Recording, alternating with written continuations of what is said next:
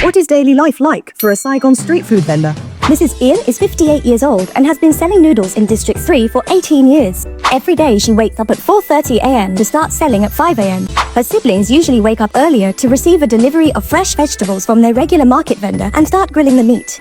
They sell 2 dishes, bún thịt nướng, rice noodles with grilled meat, and bún thịt xào, rice noodles with pan-fried meat, both at 40,000 Vietnam dong. They set their prices based on nearby stalls and their overheads are pretty low. In fact, Mrs Yến has never paid rent for her stall. When she started selling long ago, the local government didn't charge her, and they still don't.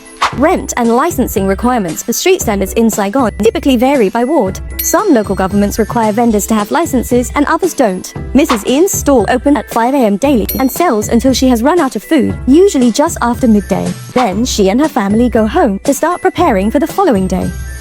Thấy vậy mà nhiều việc lắm á. Mình phải làm pha nước mắm nè, phải làm đồ chua nè, rồi phải cuốn chả giò. Mrs Yến takes a rest from 5 to 8 p.m. before waking up to roll more spring rolls until around 11 p.m. During this time, the meat for the next day usually arrives and she cleans it and puts it in marinade to soak overnight. It's long hours, but Mrs Yến says she loves her work because it's stable money, it keeps her in good health and creates jobs for her siblings.